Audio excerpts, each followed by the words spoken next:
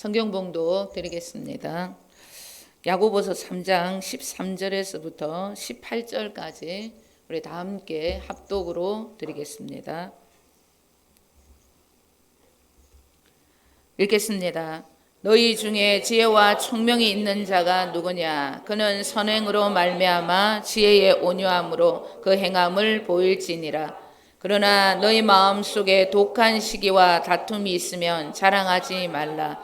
진리를 거스려 거짓말하지 말라. 이러한 지혜는 위로부터 내려온 것이 아니요 땅 위의 것이요 정죄의 것이요 귀신의 것이니 시기와 다툼이 있는 곳에는 혼란과 모든 악한 일이 있음이라. 오직 위로부터 난 지혜는 첫째 선결하고 다음에 화평하고 간용하고 양순하며 긍휼과 선한 열매가 가득하고 편견과 거짓이 없나니 화평하게 하는 자들은 화평으로 심어 의의 열매를 거두느니라. 아멘. 바울 사도는 고린도전서 15장 31절에서 내가 주 안에서 가진 바 나의 자랑을 두고 단언하건대 나는 날마다 죽노라 그리 말씀했습니다. 그는 날마다 죽는다고 말을 했는데 그 뜻은 먼저 온 자신, 육신의 생명, 악한 본성으로부터 받은 이 생명을 날마다 죽이면서 살아간다. 그런 뜻으로 말씀을 한 것입니다. 바울 사도가 주님 안에서 왜 자신의 육신의 생명을 이렇게까지 날마다 죽이면서 살고자 했는가? 자기 안에 임하신 두 번째 생명, 그리스도의 생명, 그 진리에 관한 복음의 비밀을 더 깊이 깨달고 경험하기 위한 것이었습니다. 바울은 자기 안에 있던 악한 본성, 육신을 제거함에 따라 달라지는 복음의 엄청난 비밀을 깨달았기 때문에 자신의 육신의 생명을 날마다 죽이며 살아갈 수밖에 없었던 것입니다. 우리 안에는 보배가 되시고 보화가 되시는 그리스도, 그 주님이 와 계십니다. 이 보화는 우리의 육신의 생각들이 버려짐에 따라서 나에게 능력과 큰 확신, 믿음을 가져다 주는 것입니다. 마태복음 13장 44절에서부터 46절까지 우리 다 함께 읽겠습니다. 천국은 마치 밭에 감추인 보화와 같으니 사람이 이를 발견한 후에 숨겨두고 기뻐하며 돌아가서 자기의 소유를 다 팔아 그 밭을 사느니라. 또 천국은 마치 좋은 진주를 구하는 장사와 같으니 극히 값진 진주 하나를 발견함에 가서 자기의 소유를 다 팔아 그 진주를 사느니라. 아멘. 사람이 내 안에 보화로 오시고 극히 값진 진주로 오신 그리스도에 관한 비밀을 알면 알수록 자기의 소유, 즉 육신의 모든 것을 다 팔 수밖에 없는 것입니다. 진짜를 발견한 사람은요, 가짜에 절대 시간 낭비하지 않는 것입니다. 나의 신앙생활이 왜 미지근하는가? 왜 나는 진리를 알지 못하여 혼동스러워하고 날마다 하나님의 말씀에 대한 그 사랑에 대한 것을 의심하며 살아가는가? 진짜가 되시는 우리 주님이 주님의 그 어떠한 그 복음의 비밀을 발견하지 못했기 때문입니다. 데살로니가 전서 1장에서 복음은 말로만이 아니라 우리 안에 부어지는 능력과 성령과 큰 확신으로 되어지는 것이다. 그리고 로마서 1장에서는 사도 바울은 복음은 부끄러운 것이 아니다. 왜냐하면 모든 구원을 받은 이들에게 이 복음은 하나님의 능력이 되기 때문이다. 그리 말씀했습니다. 이런 확신이 있는 보화가 되시는 주님을 우리가 발견하지 못했기 때문에, 그 놀라운 복음의 비밀을 깨달지 못했기 때문에 우리는 제대로 된 신앙생활, 뜨겁게 주님을 찾지 못하는 것입니다. 나의 보화가 되시는 주님이 나에게 전부를 주셨다는 것을 아는 사람이 어떻게 세상에 기웃거리고 세상에 더 마음을 붙이고 세상이 더 재미있다고 그렇게 말할 수 있겠습니까? 절대 그렇게 하지 못하는 것입니다. 아니면 믿으려니까 확신은 없고 또 믿지 않으려니까 찝찝하고 이러지도 저러지도 못하고 양다리를 거치며 살아가는 사람들도 있습니다. 이런 사람들의 믿음을 성경은 귀신 같은 믿음이다 이렇게 말씀하고 있습니다. 귀신도 그런 믿음은 가질 수 있다. 성경은 그렇게 우리에게 말씀하고 있는 것입니다. 야고보서 2장 19절에서부터 20절입니다. 내가 하나님은 한 분이신 줄을 믿느냐? 잘하는도다. 귀신들도 믿고 떠느니라. 아, 허탄한 사람아, 행함이 없는 믿음이 헛것인 줄을 알고자 하느냐. 한 사람도 변화시키지 못하는, 나 한 사람도 변화되지 않는 말로만 하는 신앙은 귀신들도 따라할 수 있는 그런 가짜 믿음이라는 거예요. 우리에게 아무 능력도 아무 힘도 되어주지 못하는 복음은 진짜 복음이 아니라는 겁니다. 진짜 나의 구원자 예수 그리스도를 아는 복음은 우리의 삶을, 우리의 인생을 완전히 달라지게 해주시는 틀림없는 하나님의 능력이 되어 주시는 것입니다. 우상을 믿고 살았던 아브라함이 여호와 하나님을 믿는 믿음의 조상님이 되었고, 또 날마다 들판에서 양들을 길렸던 목동 출신이었던 다윗은 이스라엘의 통일 왕이 되었습니다. 애굽의 노예로 팔려갔던 요셉은 대애굽 제국의 국무총리, 애굽 그 바로왕의 아비와 같은 존재로 살아갔습니다. 그뿐 아니라 농부였던 엘리사는 위대한 하나님의 그 능력의 종이 되어서 엄청난 하나님의 기적과 표적을 전하는 자로 그렇게 살아갔던 것입니다. 이 모든 것이 무엇을 말씀하고 있냐면 복음은 반드시 하나님의 능력이라는 것을 우리에게 증거해 주고 있는 것입니다. 에베소서 3장 11절 12절 우리에게 이렇게 말씀하고 있습니다. 읽겠습니다. 곧 영원부터 우리 주 그리스도 예수 안에서 예정하신 뜻대로 하신 것이라. 우리가 그 안에서 그를 믿음으로 말미암아 담대함과 확신을 가지고 하나님께 나아감을 얻으리라. 아멘. 우리의 구원은 만세전부터 우리 주 예수 그리스도 안에서 예정되어진 하나님의 뜻대로 이루어진 것이다. 그렇게 말씀하고 있습니다. 모든 인류의 구원을 위해 십자가에 죽으시고 부활하셨던 그 주님이 지금 저와 여러분 안에 와 계신 그 주님과 동일한 분이시라는 것. 그것을 여러분 우리는 명심해서 내 마음에 새기셔야 합니다. 그 주님이 뭐하러 우리 안에 오신 것일까? 만세전부터 이미 완성이 되어져 있던 나의 구원의 그 어떠함을 그리스도 안에서 깨닫고 담대함과 확신을 가지고 이 땅에서 하나님의 자녀답게 권세를 누리며 살아가라고 내 안에 내주해 주신 것입니다. 하나님의 자녀된 권세는 내가 하나님의 계명을 하나하나 여러분 그렇게 지키다 보면 깨달아지는 거예요. 나는 틀림없는 하나님의 자녀가 맞구나. 내 안에 틀림없는 주님이 와 계시는 곳은 나는 정말 하나님의 사랑을 받고 살아가는 그러한 사랑받기 위해 태어난 존재가 맞구나. 복음을 통해 주어지는 성화의 깊은 단계까지 내가 들어가다 보면은 주님이 의식이 되어지고 주님과 동행하는 것, 그리고 주님께 순종하는 그 말씀에 여러분 순종하는 삶이 너무나 쉬워진다는 거예요. 요한복음 14장 20절 21절은 그것을 우리에게 증거해 주고 있습니다. 그날에는 내가 아버지 안에 너희가 내 안에 내가 너희 안에 있는 것을 너희가 알리라. 나의 계명을 지키는 자라야 나를 사랑하는 자니 나를 사랑하는 자는 내 아버지께 사랑을 받을 것이요 나도 그를 사랑하여 그에게 나를 나타내리라.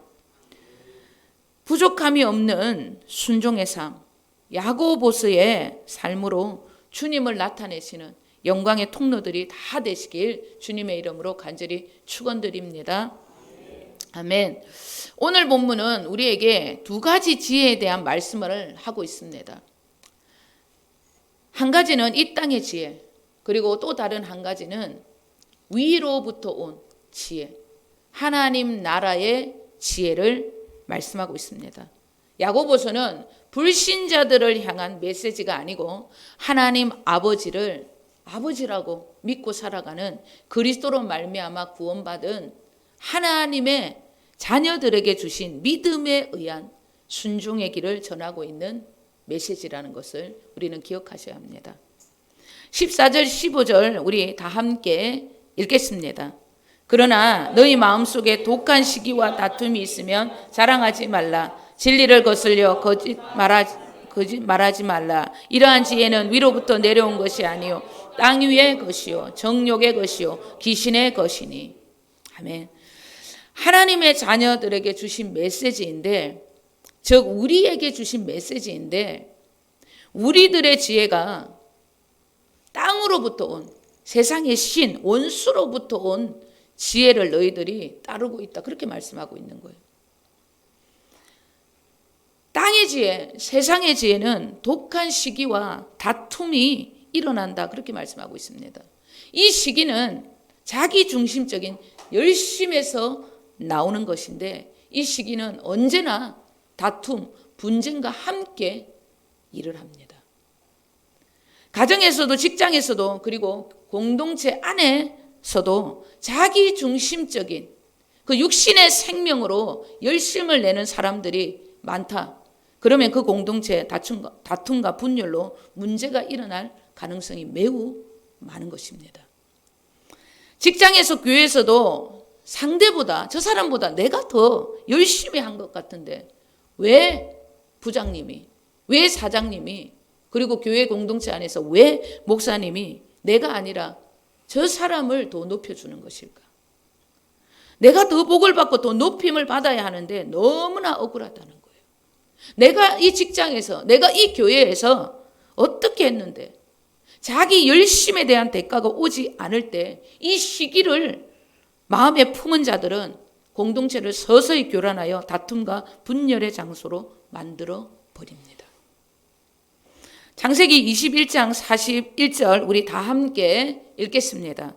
그의 아버지가 야곱에게 축복한 그 축복으로 말미암아 에서가 야곱을 미워하여 심중에 이르기를 아버지를 곡할 때가 가까웠은즉 내가 내 아우 야곱을 죽이리라 하였더니. 아멘. 이삭은 60에 쌍둥이 아들을 얻었습니다. 둘째 아들이죠. 야곱이 장자의 축복을 받게 된다는 하나님의 예언이 있었습니다. 그런데 이삭은 큰 아들 에스를 더 사랑했습니다. 왜냐하면 그 아들은 너무나 멋있었고 남자다웠고 아버지가 좋아하는 고기를 사냥을 해서 요리를 만들어서 아버지의 기분을 너무 좋게 해주는 그런 탁월한 은사가 있었습니다. 그렇게 이삭은 하나님의 예언보다 자기에게 너무 잘하는 에서에게 장자권을 물려주고 싶어 했습니다. 그러나 하나님은 분명 장자가 야곱이라고 그렇게 예언의 말씀을 하셨습니다. 하나님의 뜻대로 야곱이 장자권의 축복을 우여곡절 끝에 받았습니다. 그것을 에서 큰아들이 알고 자기의 장자권을 받기 위해서 내가 아버지한테 어떻게 했는데 내가 죽기 살기로 저 절판에 나아가서 아버지가 좋아하는 짐승을 잡아와서 어떻게 아버지 앞에 내가 일평생 그렇게 살았는데 감히 내 축복을 네가 빼앗아 너 가만두지 않는다. 죽여버리겠다. 시기가 충만해서 동생을 죽이기로 마음에 여러분 작정을 합니다. 집안의 다툼과 분열, 어둠의 역사가 휘몰아쳤던 거예요. 사람의 열심에서 나오는 이 땅이 주는 지혜는 늘 이렇게 시기와 다툼으로 끝을 맺게 되어 있다는 것을 우리에게 주님은 말씀하고 있는 것입니다. 하나님의 자녀라고 하면서도 많은 사람들이 자기가 속해 있는 공동체 안에서 사람의 열심, 육신의 생명이 주는 열심으로 살아가니까 항상 시기와 다툼이라는 어둠에 내몰리게 되고 그런 자들과 부딪히는 삶을 살아갈 수밖에 없는 것입니다. 조금 전 에서와 야곱의 이야기를 우리가 했는데 사실 에서와 야곱의 말씀을 묵상하다 보면 하나님은 차별이 전혀 없는 모든 사람을 똑같이 사랑한다고 하는 공평한 하나님이시라고 그렇게 말씀을 하셨는데 그런데 가만히 보면 너무 차별하시는 것 같아요. 왜냐하면 말라기서 1장에서는 어떻게 말씀하고 있냐면 하나님은 야곱은 너무 사랑했고 에서는 미워했다 그렇게 말씀하고 있습니다. 왜 성경은 차별함이 없는 하나님의 모습을 이랬다 저랬다 저렇게 헷갈리게 기록하고 있는 것일까? 하나님께서 작은 자, 둘째 아들 야곱이 장자권을 받게 된다고 하신 말씀은 큰아들 에서 너는 지옥에나 떨어지고 야곱은 천국행이다. 이런 뜻이 아닙니다. 둘째 아들 야곱을 통해 구원을 이루어갈 것이라는 구속사의 놀라운 계획을 말씀하신 것입니다. 우리 다 함께 창세기 25장 21절에서부터 23절까지 함께 읽겠습니다. 이삭이 그의 아내가 임신하지 못함으로 그를 위하여 여호와께 간구하며 여호와께서 그의 간구를 들으셨으므로 그의 아내 리브가가 임신하였더니 그 아들이 그의 태속에서 서로 싸우는지라 그가 이르되 이럴 경우에는 내가 어찌할꼬 하고 가서 여호와께 묻자온대 여호와께서 그에게 이르시되 두 민족이 내 태중에 있구나 두 민족이 내 복중에서부터 나누이리라 이 족속이 저 족속보다 강하겠고 큰 자가 어린 자를 섬기리라 하였더라. 아멘. 구속사의 이 예언적인 말씀, 리브가 뱃속에 있던 두 아들의 말씀을 통하여서 우리 안에 우리에게 소중한 영적인 비밀을 지금 주님이 말씀하고 계시는 것입니다. 그리스도를 통해 구원을 받은 하나님의 자녀들 안에는 에서와 야곱이라는 두 민족이 살고 있다는 거예요. 늘 이 두 민족이 하나님의 자녀들 안에 영적인 전쟁을 일으키게 된다는 말씀을 하고 있는 것입니다. 에서는 먼저 온 악한 본성, 육신의 생명을 뜻하는 것이고 야곱은 영의 생명, 그리스도의 생명을 뜻하고 있는 것입니다. 하나님은 당신의 자녀들에게 에서처럼 주님보다 사람을 더 의식하고 세상의 지혜로 주님을 섬기고자 하는 육신의 생명으로 살고자 하는 자들에게 그것은 세상의 지혜다. 이 세상에서 나온 지혜로는 절대 너희들 나를 섬길 수 없다. 내 말에 순종할 수도 없다. 너희들 공동체 안에서 왜 끊임없는 시기와 다툼, 분쟁, 그리고 너희들 자랑, 거짓이 난무하는 줄 너희들이 알고 있느냐. 너희들 안에 먼저 온 에서 육신의 생명으로 나를 섬기고 있기 때문이다. 그렇게 말씀하시는 거예요. 그 생명은 사단이 주는 세상의 지혜라는 것을 말씀하고 있습니다. 절대 그 지혜로는 나를 알 수도 없고 내 말에 순종할 수 없다는 것을 주님이 말씀하고 있는 것입니다. 이런 주님의 소리가 지금 우리 안에 들려야 하는 거예요.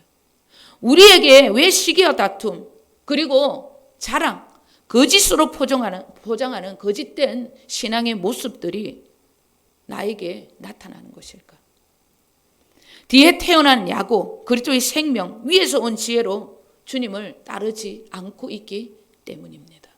여러분이 교회 안에서의 모습과 집에서 모습, 혼자 있을 때 모습이 어떻게 다른지 그것만 알게 되시면 나는 정말 진실된 참 크리스찬의 모습인가 아니면 거짓으로 포장된 삶을 살아가고 있는가 분명하게 분별할 수 있는 것입니다. 야곱에게 에서가 언제 완전히 떠나갔습니까? 우리 안에 육신의 생명이 언제 완전히 떠나가는 것일까?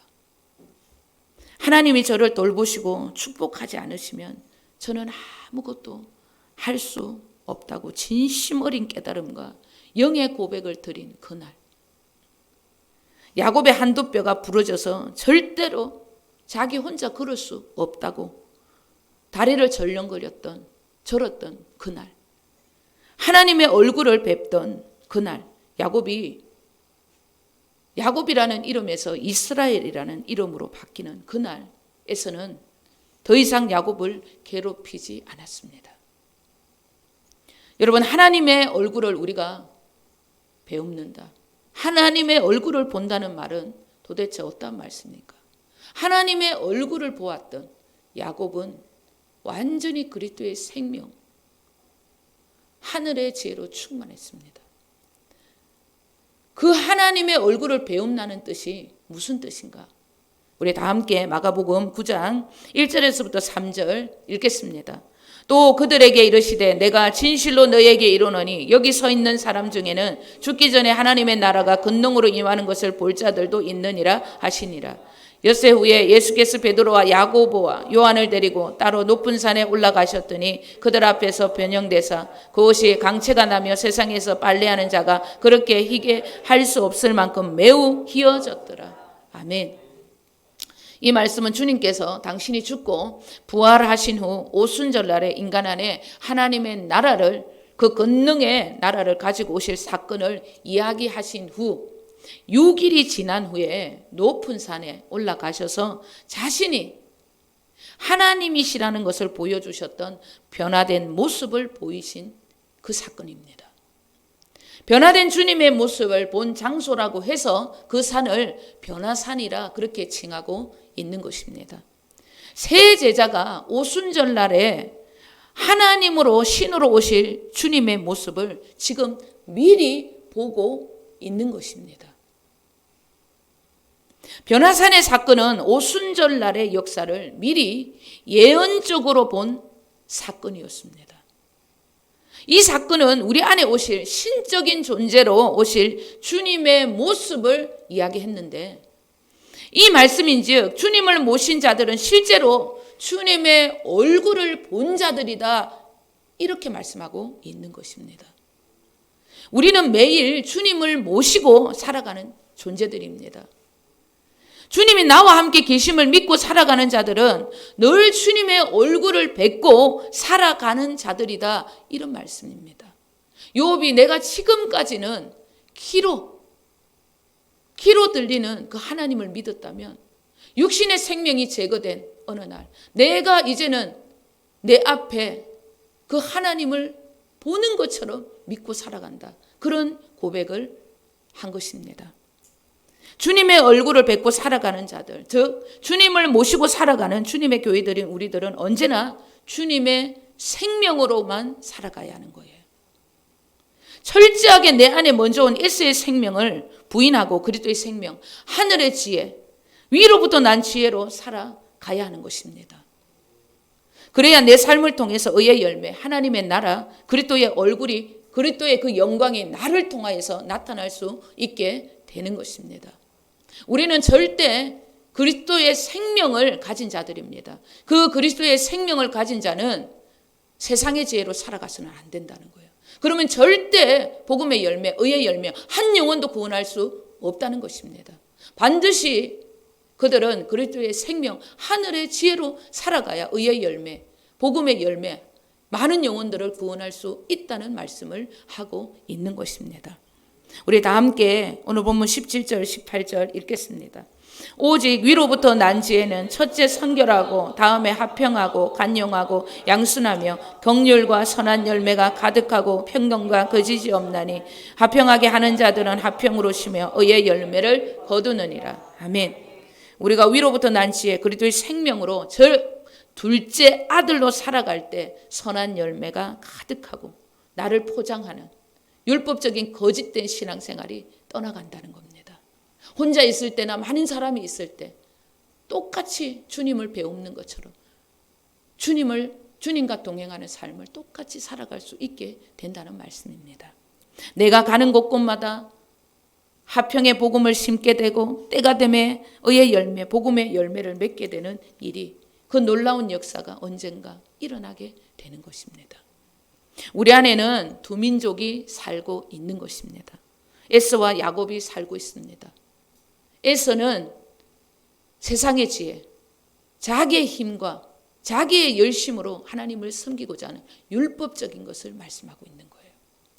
야곱은 둘째 아들, 그리스도의 생명, 그 놀라운 하늘의 지혜로 하나님을 섬기고자 하는 온전한 하나님으로만 살아가는 복음적인 삶을 살아가는 인생들을 말씀하고 있는 것입니다. 우리의 이 심령 속에는 항상 이 두 민족, 에서와 야곱, 하늘의 지혜와 그리고 땅의 지혜, 육신의 생명과 그리스도의 생명이 날마다 싸우게 된다는 것을 기억하셔야 합니다. 그 전쟁의 끝자락은 내 육신의 생명이 또렷하게 보이는, 나는 죄인입니다. 나는 개수입니다. 주님이 아니면 저는 한순간도 살 수 없는 존재입니다. 야곱이 브니엘에서 하나님을 만났던 것처럼, 그리고 주님만을 붙들었던 그 모습이 내 안에, 여러분, 그 고백이 나올 때 나는 완전한 하늘의 지혜를 나타내며 살아가는 복음의 열매, 놀라우신 그 주님의 얼굴을 나타내며 살 수 있는 존재가 되는 것입니다. 우리 다 함께 13절 함께 읽겠습니다. 너희 중에 지혜와 총명이 있는 자가 누구냐? 그는 선행으로 말미암아 지혜의 온유함으로 그 행함을 보일지니라. 아멘. 육신의 생명을 그리스도의 생명으로 이기며 살아가는 자들, 위로부터 난 지혜로 살아가는 자들에게는 반드시 그 지혜가 주는 온유함으로 반드시 하나님께서 행함이라는 그 열매를 가져다 준다고 말씀하고 있는 것입니다. 여기에서 말하는 지혜의 온유함은 경건의 모습, 잘 훈련되어진 경건의 모습을 뜻하는 것입니다. 이렇게 살아가는 자들에게는 반드시 믿음에 의한 행함이 나타날 수밖에 없다고 우리에게 말씀하고 있는 것입니다. 여러분, 우리에게 행함이 그리스도로 말미암아 나에게 그 행함이 내 삶에 나타나지 않는다. 내가 변화되지 않는다. 아직까지 변화되지 않는 내 거짓된 모습이 너무나 많다.